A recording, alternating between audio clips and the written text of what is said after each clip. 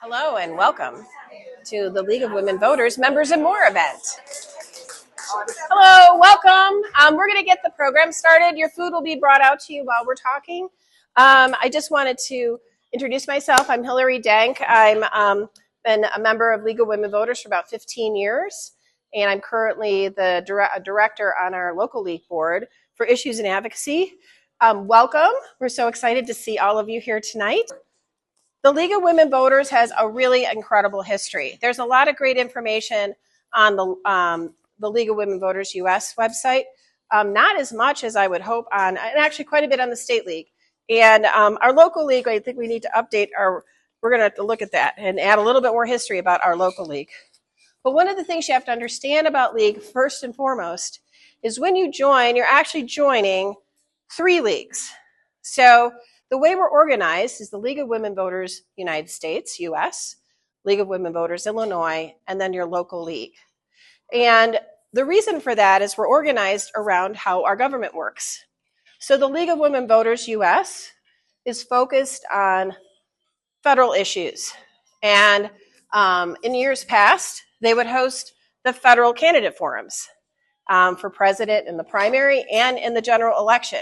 Some of you might have remembered in 1980, there was a very famous primary debate between Ronald Reagan and George Bush. And it was actually quite fascinating. So League would do candidate forums and issues and advocacy on the federal level, and they still do.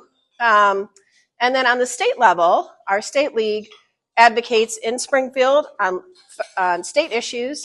They host a lot of state candidate forums. So we've been on Channel 7 for years, ABC, doing candidate forums, both for the federal level and for the state level candidate forums. And those are really fun. I've been a timer at those, and going into the studio and helping with those is a lot of fun. And then on the local level, which is what we all are, we do a lot of really good grassroots work. So we do voter registration, we do voter education, and then we also educate people about all kinds of issues. And because League not only does voter education, but we also do advocacy. So we are considered, we're a not-for-profit, but we are a political organization because we're concerned about the politics of our country and our state and our local level. We're concerned about how our tax dollars are being spent. We're concerned about the policies that are enacted and how they're enforced. And we're concerned about fixing and changing things that we see are a problem. So the way we do that is something I'll go into a little bit later, but that's just the basic structure of the organization. And that started in 1920 in Chicago when the League of Women Voters was formed at the Congress Hotel. And there's a nice plaque there. And we had a wonderful 100-year anniversary event there in 2020. And so that's a little bit of that information is on this form that you received. And then, of course, 6 months later, women had the right to vote. So the organization that we grew out of was the National American Women's Suffrage Association. And they held an annual event. And out of that grew the League of Women Voters. And the purpose was to create a mighty political experience for, I think at that time was 20 million women who had never been able to vote before. So that was really important. And then in August, so that happened in February on Valentine's Day. So our anniversary is always Valentine's Day, which is really nice. And then August 27th of that same year is when the 19th Amendment was ratified with the vote in Tennessee, which is a whole wonderful story that we'll get into another time. The other really cool thing about the League of Women Voters, because they were very well respected, when the UN was developed in 1945, the League of Women Voters of the United States was an observer in the formation of the United Nations, and we were one of the first NGOs that was recognized by the United Nations, and we still have representatives that go, including one of our own former presidents and members, Sue Kaliev, is part of that delegation that goes to the UN, which is super cool. and something I think a lot of people don't recognize about the League. And then, throughout the years we've been involved with the ERA amendment, still are, with a whole coalition of other organizations. But we're on the forefront of that. And presidential debates, unfortunately, candidates, and we see this even locally sometimes, candidates decided they didn't want to participate in our debates because we actually asked the tough questions, and they decided that we were too partisan and did not want to participate on the national level. So presidents, they gave up on the presidential debates probably around the late 80s. And that was unfortunate, but it is not terribly surprising. Another piece of legislation we were very involved with on the national level was the National Voter Registration Act. So we have this National Voter Registration Day that we participate in every year. Well, that act was passed in 1993, and the League of Women Voters helped write that legislation. And so it's just important to understand we've been on the grassroots level and the legislative level for many years. And we're very involved in continuing to enforce that. And that really was an amazing legislation. And what it created was motor voter law. This is where you can allowed you to go to your, when you got your driver's license, your DMV, you could register to vote. It also allowed registration by mail, which before was not allowed. So that is only since 1993, which is kind of interesting to think about. The other piece of big legislation we were invited a part of was the Help America Vote Act, and that allowed us to have provisional ballots. This was in 2000. So this is after the 2000 election. If we all remember that crazy election on the federal level when Al Gore lost, provisional ballots hadn't been counted before that, or at least it wasn't required.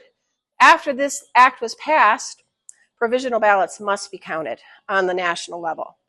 So that was a really important thing that the National League was involved with. And in 2006 is when Vote 411 was started, which is something our league has gotten more involved in the last few years.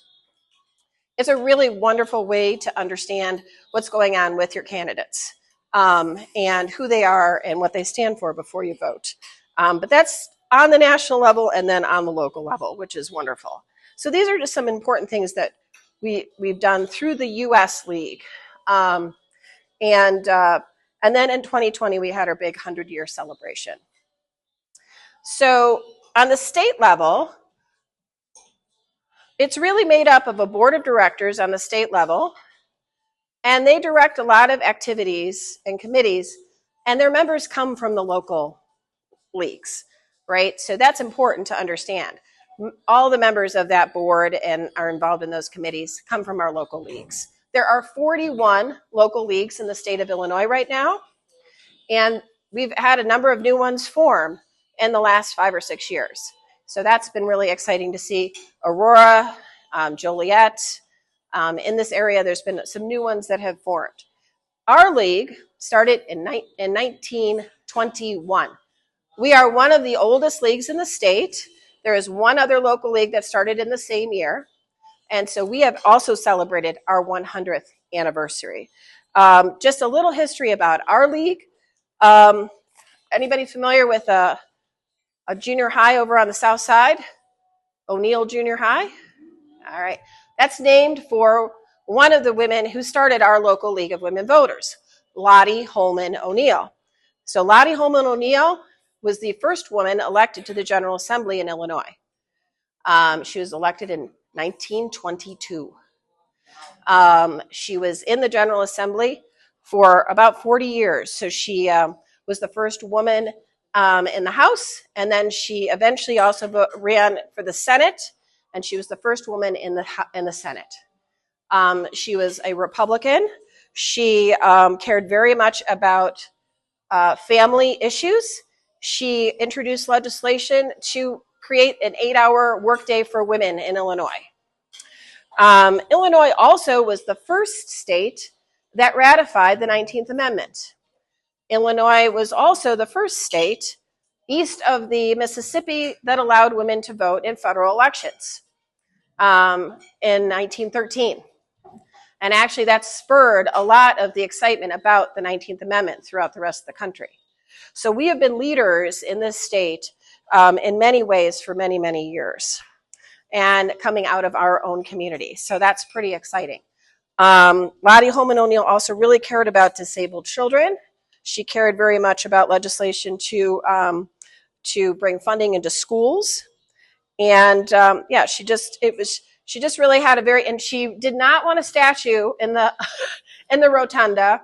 Against her will, she's the only woman who has a statue in the rotunda down in Springfield. And I have to say, when you go, check it out. It's a really strange statue. I don't know who did it, but it's not your classic statue. But anyways, it's very wonderful that she's represented there. The one thing she didn't want to be is facing the man she lost the Republican primary to when she ran for Senate the first time, and they did not do that. They did not place it facing that person. So that was one of her requests. In any case, I just thought some of that history would be of interest to you guys. We have a really rich history. Our historical society here in Downers Grove actually holds our archive. So I think when we did our anniversary, our 100th anniversary, we did a lot of great research and put together some good information. And there is a good archive that maybe at some future member meeting we can drag out and give you some more details. I think the other thing before I go any further, I'm curious if you guys have any questions or comments from the audience.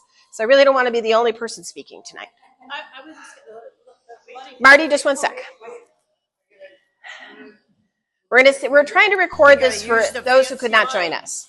So Downers Grove has two historic cemeteries, the one that's right up the street here and the one over off at Belmont. And yes. Ms. O'Neill's grave is over there. Oak Forest. So she's in Oak Forest, Hills, which is right off of Maple. So if you want to go look for her, the AUW actually put a beautiful plaque on her. They claim her as well. She was a member of AUW as well. So they, and our league was aware of it. I think we contributed some money to it. I don't know. I don't remember. All I know, it's a beautiful marker, kind of talking about the history of. Much better than this. Yes, I agree. Yeah. Yes, my dear. I just wanted to ask. May 7th, the league is going to have their lobby day in Springfield. Yes. How's that going? And as Carol Jean knows, the United Methodist Church will be going the same day. I know. I would love it if we could connect, but. Sure. So one of the things, so again, there's two big pieces of what we do. And the voter registration, the voter education, our candidate forums, hugely important. Rita, who didn't stand up, who's our former president, ran our candidate forums. We're doing them on Zoom now, which is terrific. And they go extremely well, and we had great participation. So that's a way that we have this terrific service for our community. And people do know about that. That's something that people are familiar with.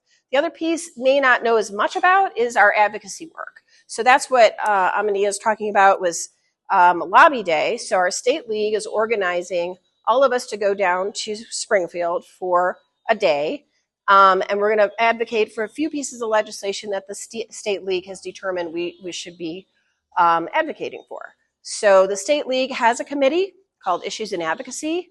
They have issues specialists. These are people who really know their stuff about fiscal policy, education, the environmental issues, all kinds of civil rights issues, and human trafficking issues with, you can't imagine all the different topics, gun policy. And so these are areas where we have positions that we have determined. And I'll show you this big old document. This is an old one. So believe it or not, this used to get mailed to every single member by the state league. It was called Where We Stand. And these are all the positions that the state league has taken.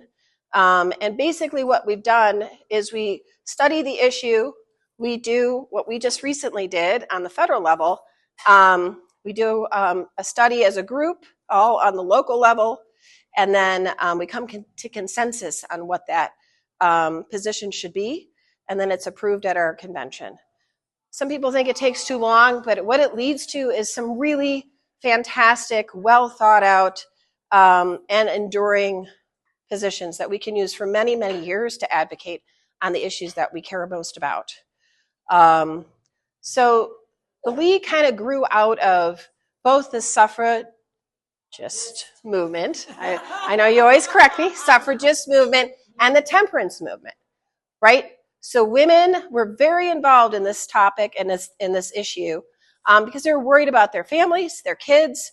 They were getting beaten up by their drunk husbands. Like, they were worried about like basic stuff happening in their day-to-day lives and their economy, about their schools. And so when they started the League, they wanted to have ways to change policy and advocate for policy. But before they did that, they wanted to understand the policies and come to really good, have good positions to work from. And so that's why this process was created over time. And it works extremely well. It can take a year or two to get to a position if we don't have one already. But we've historically had positions that we can work from on many different topics on the federal and the state level. Yes, my dear. I just really want to play with the microphone. Okay. No, I have a question about Lobby Day. Of course. Because I haven't been to one, actually. Okay. So on Lobby Day, say we went there, say we had a group of 20 people who went. Yes. Not everyone goes in with the legislator, Yes, right? you do. All yes, of them? you do. No, Okay. what you do is, depending upon what league you're from, Yeah. you will go and talk to legislators from your region, from your Okay, area. yeah. Okay. Or you might go to a couple. You might go to a couple of yours and then go to maybe one of the leaders of the Democratic Party or the Republican Party. Last time we were there, we actually talked to some staff from the governor's office too about some of the topics we were concerned about. We just went and knocked the door, said anybody available to talk to us, and someone came out and talked to us. So that's pretty cool. We can also ask legislators to come off the floor because they're there voting and doing stuff. And there's a place where you can stand and you feel real cool and you send a little note and they come out and talk to you. So what will happen is, for folks who've never done this before, you will get a little 911 on how to do this, or 411. That's what I want, not 911. 411. Not an emergency. No emergencies. This is yes. You'll get kind of a quick review about what we're going to do and how we're going to do it, and what pieces of legislation we're going to talk about. You'll get a one-pager so you can read it, you can understand. Oh, this is what we're going to talk about. And so I think, that's, so we want all the people who are interested in coming to join us, to be a part of it. And again, this is for folks who haven't joined yet, but if you're going to join, we're going to be doing this on May 7th. We'd love folks who are, pros at this or people who have never done it before to come down for the day. So yes. So you're going to meet with people. Is there also like a thing on the lawn or like where they take pictures? No. Of all the people who show? Oh, of course. I mean, we try to do a group photo of all the folks that have come. Basically, there's an agenda when you go sign up. It kind of tells you what the day is going to look like. So you come down, you do a quick get to know everybody. This is the plan. You're kind of assigned who you're going to go see based upon, again, who your legislator is and what your expensive. Some appointments will have been made. Some it's just going to be drop-ins. And then you go do that for a little while. You come back, have a little lunch, then do some more appointments, and then everybody drives home. You do a photo, and then everybody drives home. You'll be told exactly the agenda when you sign up. It's very structured, so you're not left alone. You're not left to not know what you're doing. And people who have done it before will be there as well to kind of shepherd along the people who haven't done it before. So it's a lot of fun. It's very interesting. It's a lot of walking. Wear comfortable shoes. The elevators are slow, but it's a great experience. And it is just one way to connect with your legislators. We also do interviews in the offices locally, legislative interviews, just to talk about more in depth about different areas of interest for the league, and you can chat with them and ask them questions too. We really think everybody should be contacting all of their electeds all the time. Show up at meetings, get involved, go to the coffees with the council, Go sit in. We have an organization, it's called an Observer Corps. Many local leagues have these. We've had one in the past where you go to meetings and you write reports and you share them with the community. If you look on our website, you'll see past Observer Corps reports for our school board, for our village council, for our library, for other local organizations, a Woodridge. So we do cover 3 primary communities, but we actually have members from a lot of other communities as well. Our name has Downers Grove Woodridge.Lisle. What happened over time is Downers Grove merged with Woodridge and merged with Lisle. They had individual leagues that kind of shrunk down, and we all came together to form one league for this area. But we have members from Darien, Hinsdale, Lombard, Lamont, all over the place. You can only join one local league, though. So when you join, now you join online on the League of Women Voters US website, and you choose which local league you want to join. So we encourage you to join ours if you haven't joined yet. And then the cool thing now is we used to have like our annual thing was always, in June, and then you'd get hounded to join. And now the date you join, you'll be asked to renew the same date that you initially joined, which is, I think, is going to be a lot easier and just easier for us as a local league to manage as well. So that's a new thing that's just getting kicked off this year, which we're pretty excited about. So yes, my dear. What's the cost of the dues to be involved, at all 3 levels? What are 75? Yeah, currently it's $75 per year, and yes, Wait. yes. Now, which side? Hold it close. Doesn't matter. Here? Can you hear me now? Yep. She's the one who's still. Okay, just a couple of comments. One, many of us at the state level for the House of Representatives for Illinois, we're in District 81, and our representative is going to be holding a town hall meeting at Napier Boulevard Library tomorrow night at 7:30. And look her up because it's in a library. The room isn't huge, so there may be a constraint on how many people. So I encourage anybody in that district to go to any town hall meetings in any of your districts. The other, I just wanted to make. Her name is Representative Ann Stava Murray, by the way, correct. if you're not familiar with. And District 81, yeah. And I also wanted to make a little plug as far as our issues and advocacy. We've been doing issues and advocacy since the very beginning. Carrie Chapman-Catt, the first president of the league, was doing stuff already about women's working hours and stuff like that. So the thing about our issue positions is we do studies to come to them. They are not based on ideology. They are not partisan. They're based on very careful studies. And we started grassroots. We just finished one Saturday and submitted the stuff Sunday for a study that originated with the National League about the federal judiciary. And ongoing now, there's one, we have a position on gun violence prevention, and that we would like to amend and put some more stuff in. So if you can get involved in a study, the cool thing about this is that, you can know a lot of stuff about a candidate and how they stand on an issue, but if you don't actually understand that issue, it's a limit to how much you actually know. So I really encourage everybody to find out where the league stands on issues. And what will happen is once we get a position that we publish, you will get action alerts. If something comes up in the legislature about one of our issues, our issue people will analyze it, and they'll send you an alert and tell you whether they think you should be in favor or against, and they'll give you the reasons why and say, call your legislator. Or if it's still in a committee, there's a thing called a witness slip, and you can learn how to do that. Anyway. Yeah, and a lot of that information is on our State League website. We also had this was something we sent out ages ago, making your voice heard. This document is on our website, but I think it'd be worth printing again and actually sending out to folks. But it just gives you all the basics about how to file a witness slip, what to do when you make a call to a legislator. Some people feel intimidated. but you shouldn't be. They work for you. You pay their salary with your taxes, and they should be listening to you. And one of the things Mary pointed out, which I haven't gotten to yet, is the organization is called nonpartisan, and there's a good reason for that. We never support a political party or a candidate. Never.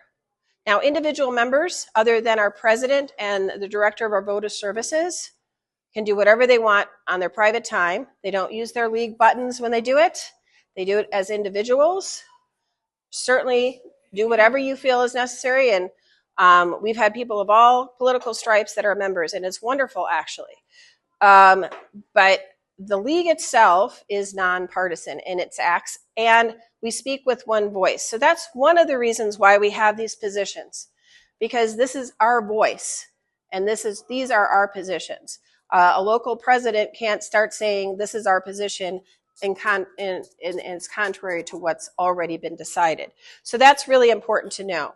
The other thing is, being nonpartisan doesn't mean that you're not active politically, right? It doesn't mean that you can't ask your local electeds to tell you what's going on, to give you transparency, and when you have a position, we can even do one on the local level. We can do a study on a local issue, and then we can advocate for it. And it doesn't mean that you as an individual. Of course not. No, absolutely not. No, and I'll reiterate that again. Individually, you can vote anyway. You can be a what are you? Oh, when you work a judge, election judge. You can be a precinct committee person. You can do anything like that. Republican, Democrat, Green, whatever, independent. It doesn't matter.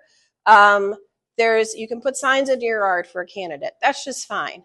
But as an organization, our goal is really to advocate for positions that we have taken. So specifically on gun policy, one of the things, our gun policy position hasn't been updated since 1970. Right. Good Lord. So there's a lot of issues that have come up since then that we are currently constrained from advocating about. And we want to fix that. Now, we could advocate for Karina's Law. We are very much, which was a law that was to protect women in domestic violence situations. So we had some broad language that allowed us to do certain things, but there's some other positions that we cannot take right now on gun policy that we should be able to. So we're working on that. And so we'll be doing some public outreach on that topic in August, and then we'll be doing a consensus meeting. And we invite everybody who's a member to come to that. It's a really fascinating process to see how that works. Every 2 years, the National League has a convention, and then so it's the odd year is state, and the even year is national. And what happens is every 2 years we update our positions. Conventions are okay. Yeah, one of the things I really love about League is it's filled with really opinionated, smart women. And men, and there's men too. Anybody can join, 16 or older, men, women, whoever. But it's fascinating, the things that we can start arguing about at a convention. Yes. But they're really interesting to go to. You learn a lot. You meet some great people. And honestly, that's one of the reasons I'm a member, because I find I just have a great time with the mostly women that I've gotten to know and work with, and they're just really smart, caring women. The woman who invited me to become a member, Mary Ellen Matthias, who unfortunately has passed away, but she was the most gracious person I ever met. She was president at that time, and she just was the most lovely person. And I just wanted to do whatever she asked me to do because she was so lovely. And we had a local issue. She and I worked on it, and she's like, why don't you join League? And I did. But I think that's one of the great things about the organization is the wonderful people you meet. You are constantly learning. And that's also for all of us who like to learn stuff and read books and talk about interesting topics. But we're also, just a really friendly group. So Any other things like, as you can see, we've got some basic stuff here on this document. I think. Anybody have any questions? Anybody want to share why they're a member now and why they think membership is great? Anybody have anything else they want to share?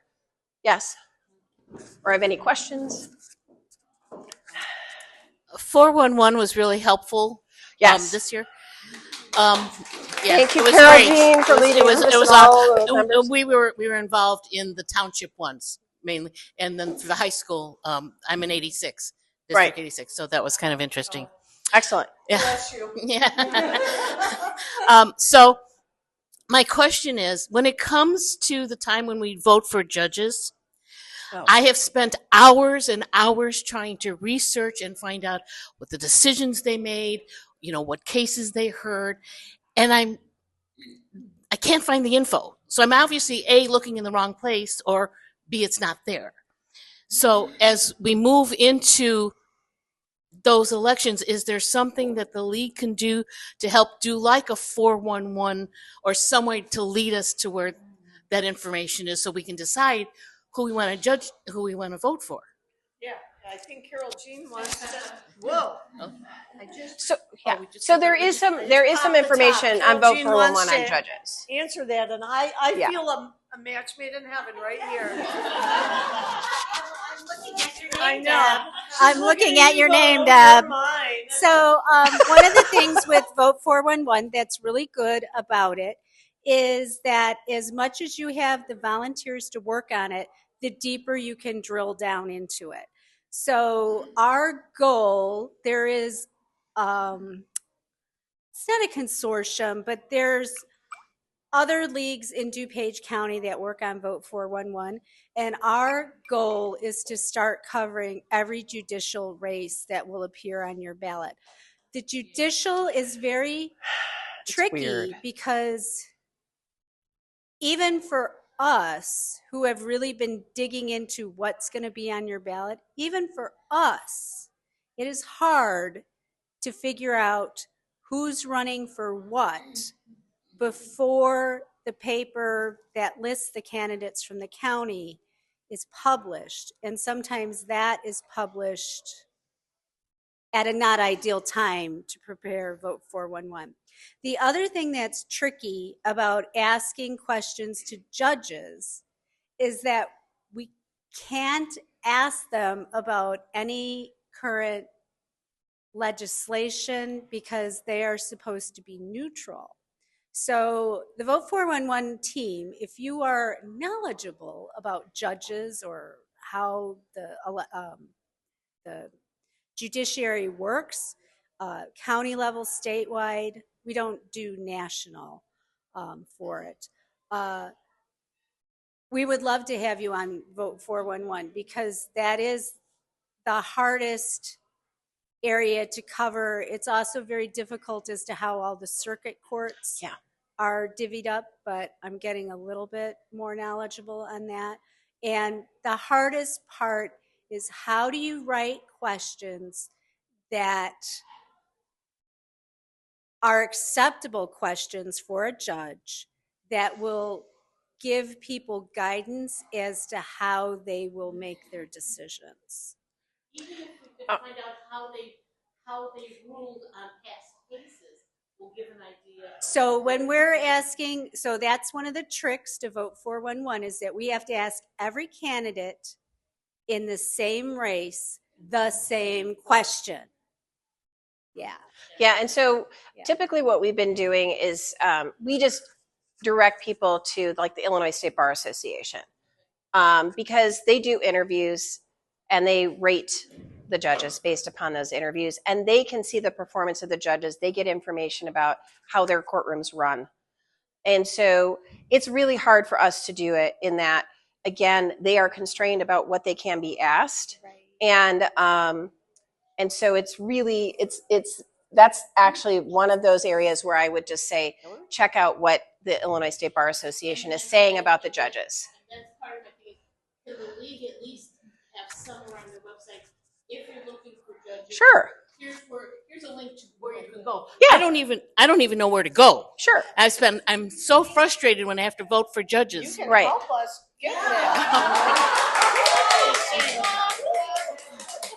So no, that's a really that's a really good point. So thank you for bringing that up. The other thing that we've discovered, though, as we dig deeper and deeper into this with the recommendations from the different the bar associations or even some of the other places that do write-ups on judges, is that they can tend to be very biased as well, too. So we're the Vote 411 team, both our local team and countywide, we are definitely aware of that issue and we're definitely trying to tackle it. So come join us, Deb. I hate biased people. That's a joke. I'm so biased. We have some more questions. All right. I'm coming with the fancy bike. I'm so excited.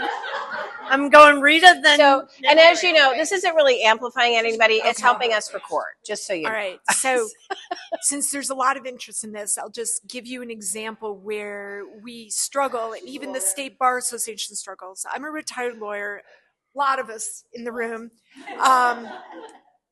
Here's an example. When the Illinois State Bar Association surveys attorneys who are practicing in these courtrooms, if they don't get enough attorneys responding to their surveys about Judge X, they cannot rate Judge X because that would give too much power to a single survey. Does that make sense? Somebody who's got an axe to grind will say, I don't like.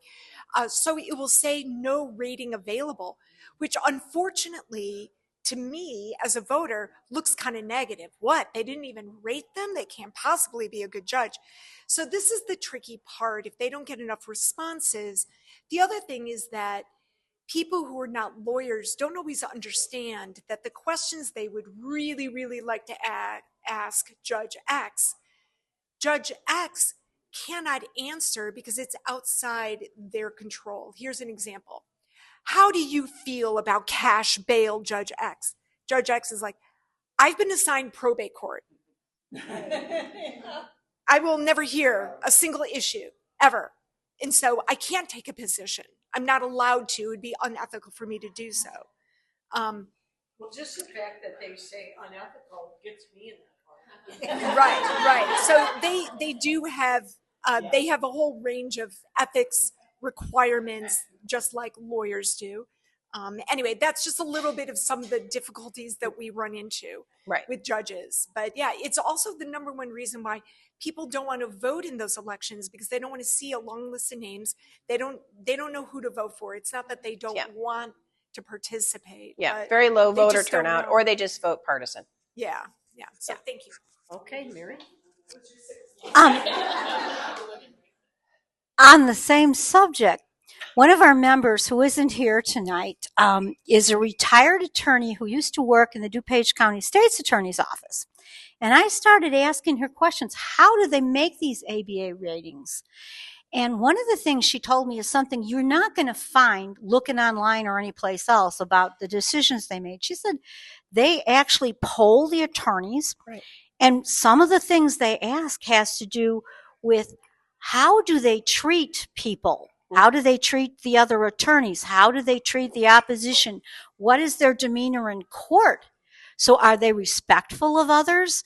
So there's things that you're not going to find out by looking online to see what their previous decisions were. So I kind of think I think we've had in the past, in fact, there was one I wasn't able to come to, where we had one of our informational meetings where a judge spoke, where it would be kind of interesting if we would have some things where judges told us their experiences.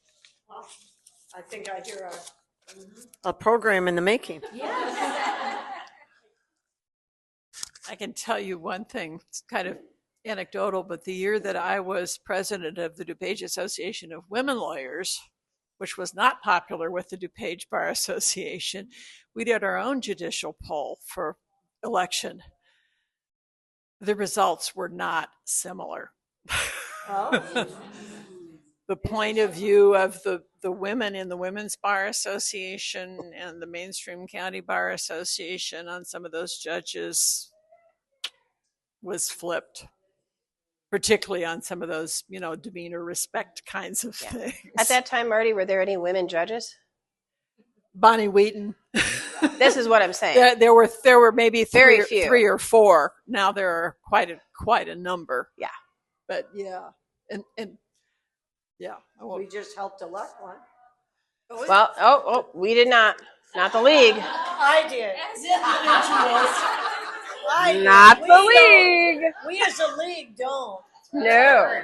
Don't favor any candidate. I helped elect one. All right, so my name's Rita, and I've only been part of the league for 8 years, but gosh, what 8 years they have been. I will tell you one of the reasons why I am so happy to be part of the league. So often we offer wonderful education programming. And I often see the title and think, oh, I already know a lot about that. And then I go in and every time I get schooled, every time. And it's just fascinating. Kudos to everyone involved. They find speakers who are so knowledgeable and so personable. And I end up walking out thinking, oh my gosh, I've learned more in an hour than I have in years. The other thing that I really have gained from being a member is just the depth of knowledge of what's going on in my immediate community and in the county. We all see the headlines about the national stuff, right? And gosh, if I had a dime for every time it's 2 o'clock in the morning and I'm doom scrolling, I'd be a very wealthy woman. But my knowledge, when I joined the league, I realized pretty quickly my knowledge of local politics and county politics was quite thin. And so I have to credit people like Carol, who spends a great deal of time observing the county board, digging deep into all the machinations over there. I have learned so much. And even more importantly, I know now who to talk to who really does have kind of the thumb on the beat of that particular organization. When I do have questions, hey, what is going on about this? So I feel like I really understand what's going on in my community, which makes me less likely to hop on Nextdoor and say something inflammatory or ridiculous, right? Because I actually know the real story, So that's been a wonderful, advantage of joining the league. Oh, thank you, Rita. And I do want to invite all of you, if you haven't gone to our Facebook page and liked it, we've got over 1,000 likes and people do interact with it. We started that, I think I started that in 2012 and still manage it. I'm on there enough, so it's easy for me. But we're always looking for other ideas. If there's other organizations we should be sharing. Again, we have to be a little bit careful what we share on our Facebook page. It has to be nonpartisan, but we do a lot of stuff, Mighty Girl from Amy Poehler. I mean, we do all kinds of stuff from the Smithsonian. We do all kinds of stuff that from the U.S. and State League, and then our own informational events that we advertise, and we do Facebook events. We have done some Facebook Lives over the years. Some of those are still on our page. They have changed their position now. After a month, those disappear. We do have a YouTube channel where we're going to be putting more and more of our candidate forums are on there, and then we're going to add more of our events, public events, so those can be seen by folks after they've happened if they can't be there. But we will be doing more Facebook Lives. That's why Carol is testing out this microphone so we can make sure people can be heard, because that's always one of the biggest issues with our Facebook Lives. Any other questions or concerns or issues or stuff you want to chat about? Or you just want to play with? Which one of us is This young 69 lady. going on 12? This young lady.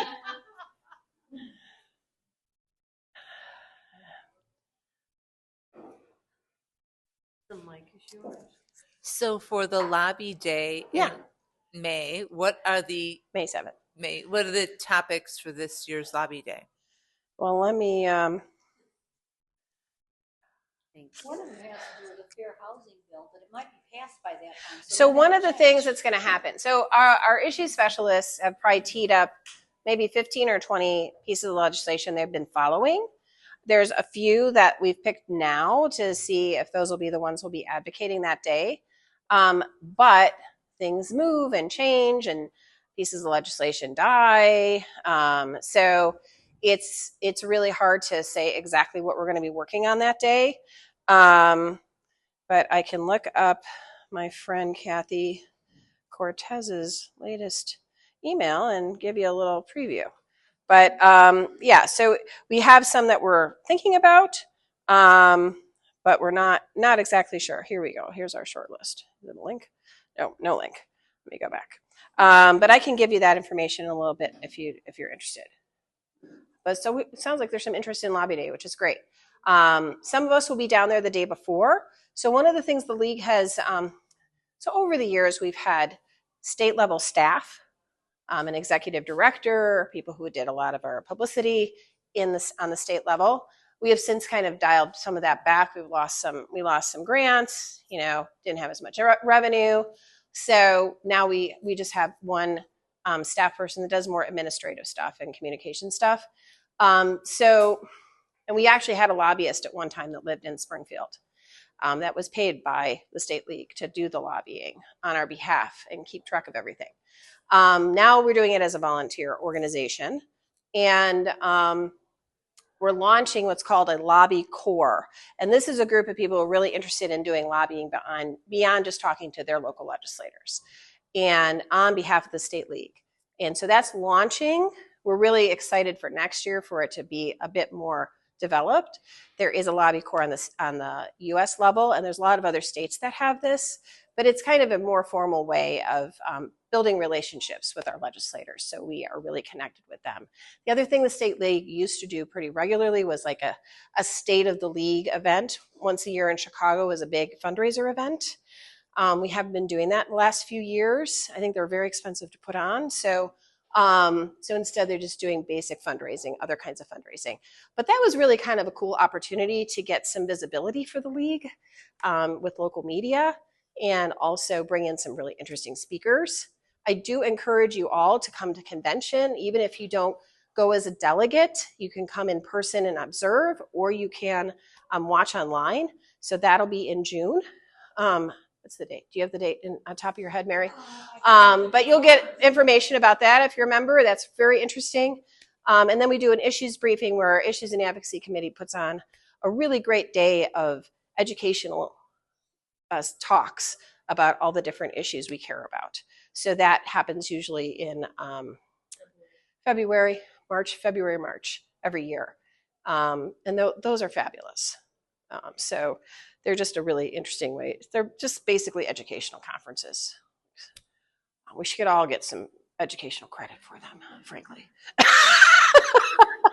But yeah, so those are the kinds of opportunities to kind of get involved. And then we're going to be doing more public tabling. So we've been at the Heritage Fest for many years with the table. We're going to be doing the Pride event here with EQDG this year and have a table. We're going to try to look for opportunities in Woodridge.Lisle so we can get our name out and people can see who we are and what we're doing. We've done this in the past, and then kind of ebbs and flows with what we're doing and who's doing it. But there's a lot of energy right now on the board to do this kind of outreach. So and those are really fun to do. You're there for a couple hours. You get to, we have this fun game to get people involved in understanding civics. It's like a civic engagement game that we do at the high schools. And we do that with people that come up and they get a little piece of candy and they're very excited, or their kids are excited. And so it's just a way to kind of say, hey, here we are, we're in your community. We've done speeches at Rotary clubs. We've done speeches at different Kiwanis, just kind of letting people know who we are and what we're doing. And we're always interested in finding ways to connect with the community like that. Yeah. Do you do the Rotary Fest in Downers Grove? Yes, that's Rotary Grove Fest. Yeah, we're gonna have a table there. So the question was, and Yes. then the other thing is, would you go and do a presentation like at the Downers Grove Township? Oh, the sure. Senior Center? Absolutely. Yeah, happy to do it. That might be something.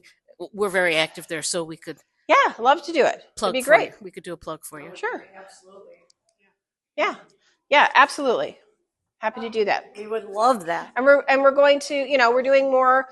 We've been in and out of local high schools over the years. We used to do a really fun mock election that the DuPage County Election Commission would give us equipment and we'd actually print us a ballot and the kids would actually feed a ballot into the machine.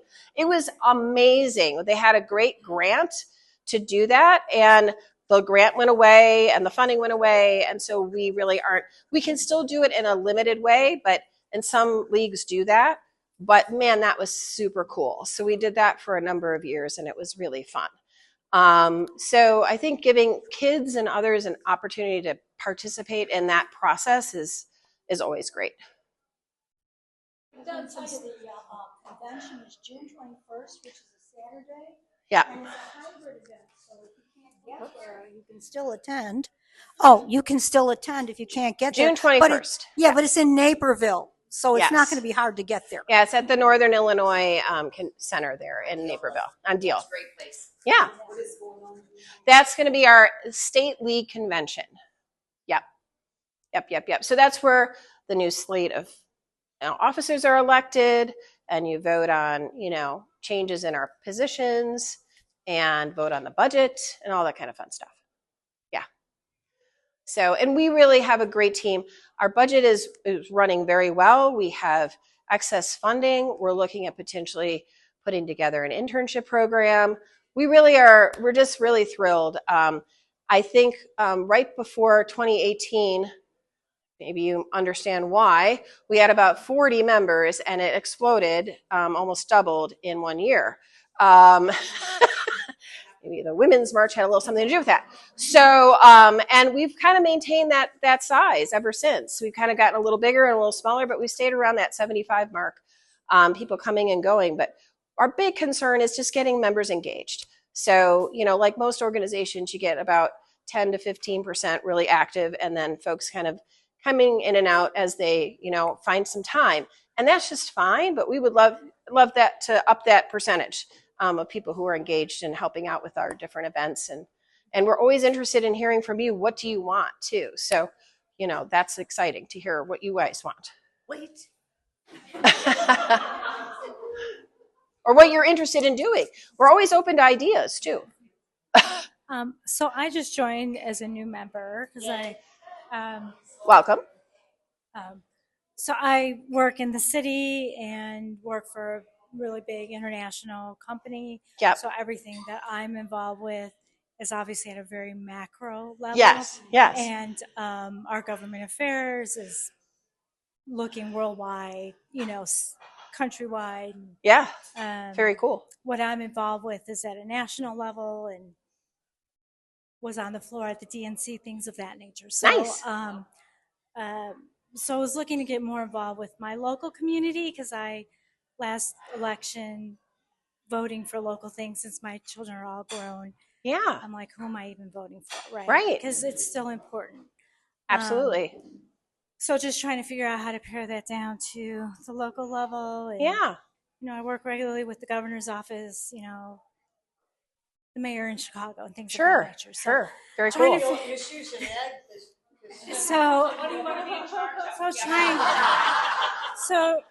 to figure out how to bring that out to, because I live here in Downers Grove. Right. So trying to figure out how to make that transition here locally. Yeah. So I thought this was a good organization to be involved with. Absolutely. My clientele are the PACs, are that kind of, that's who I work with. So sure. What is it that you're trying to do? You're talking about getting more involvement and getting the organization to grow and, doing things of that nature. So how large are you trying to get this organization to grow? What is your goal for the future? What do you want to get involved with, I guess? Sure. Here. So it's again, we don't necessarily need, 150 members would be great. But I think the main thing is getting the members who are involved, seeing an opportunity to contribute where they're interested. So I think the best thing would be to just sit down and chat individually and say, what are you interested in? If you want to bring someone out to speak, great. If you know somebody really cool that might be interested in coming to put together a public event with us. That's one of the things that I've enjoyed doing over the years. because of some of the contacts I've made through my life, and work. And so that's something we've done. The other way is, go ahead, Marianne. Pardon me? The date for the annual meeting. Well, yeah, what is our annual meeting again? June 4th. Yeah. So June 4th is going to be Carol Jean. We're just going to announce that you guys, I'm sorry, I didn't mean to interrupt, but we were just going to announce that June 4th is our annual meeting. And that's also when we're going to do kind of an interest, for the members, what your interests are. We'll do an interest survey, see what time frame, like some people only have 2 hours a month or maybe an hour a month they can contribute. So, we don't want people to feel overwhelmed by something, or they may want to do a one-off, like I want to do one event I'm going to help put together, and then that's it for the year. So, or I want to join this committee and help in this way and, go to 3 meetings and be a part of that. So yeah, like you could pick. Kind of depends. You can find out all the things we're working on and pick the thing that speaks to your passion. And it sounds like we could really use your big brain. Yeah. But I mean, having government relations I don't know. That's not what I heard. That's not what you heard either, was it? Yeah, and I think the thing to understand too is we have a good number of members that are working full time and then doing league as a hobby, right? As something they enjoy doing. That's how I do it. Others are, maybe retired, but they have 25. I mean, I find the retired people are busier than I am. So I feel, I think it's just really what fits you and what you have an interest in.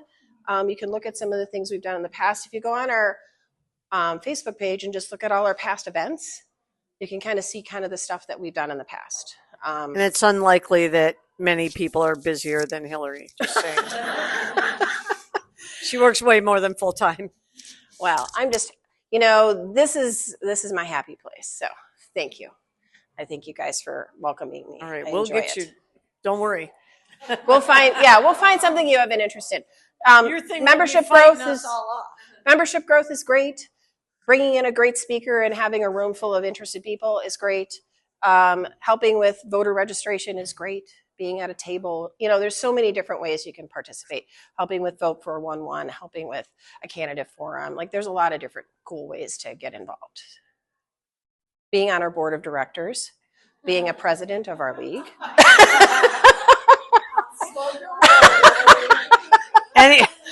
Anybody else have a question right now? Freak anybody out, but leadership is fun. So just wherever people are interested. I think that's it. Anything else? If you haven't joined already and you're interested, you can go to our website and hit that join button, and it will send you to the U.S. League, and you can join our League of Women Voters. We invite you to do that. Or if you're still thinking, that's fine. We're happy to chat with you and have you come to future events. And we really appreciate everybody who came tonight. Thank you so much.